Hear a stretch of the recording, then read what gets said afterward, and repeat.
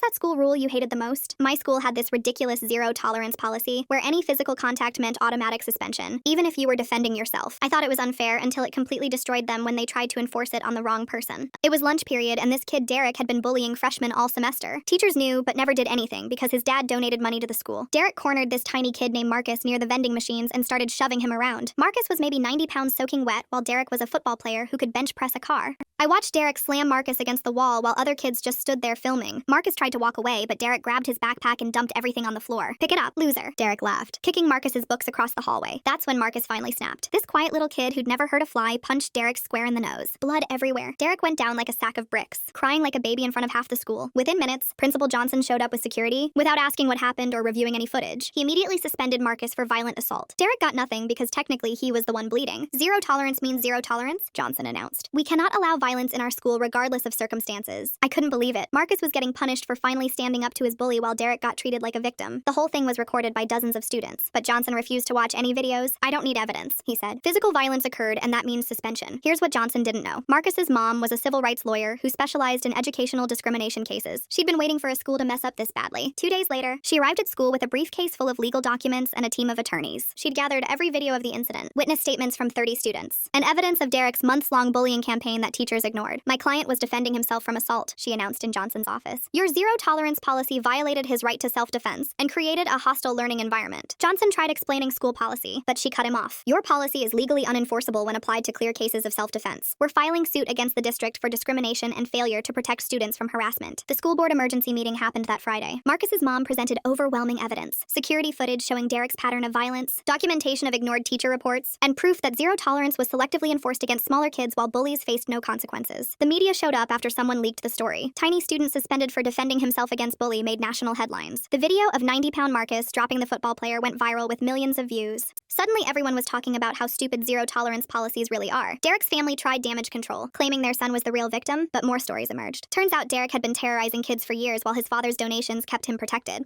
Other parents came forward with similar complaints that had been ignored. The school board held another emergency meeting and voted unanimously to eliminate zero-tolerance policies. Johnson was reassigned to district paperwork duty where he couldn't hurt any more kids. Marcus became a legend at school, and bullying incidents dropped dramatically because everyone knew fighting back was no longer automatic suspension. The lawsuit settled for an undisclosed amount, but Marcus's family donated most of it to anti-bullying programs. Johnson still sends Marcus angry emails from his new job filing reports in the district basement. The best part was watching Derek try to rebuild his reputation after getting knocked out by someone half his size. Nobody feared him anymore, and he eventually transferred schools when the humiliation became too much. Sometimes the worst rules create the best opportunities for justice, especially when the right person knows how to fight back properly.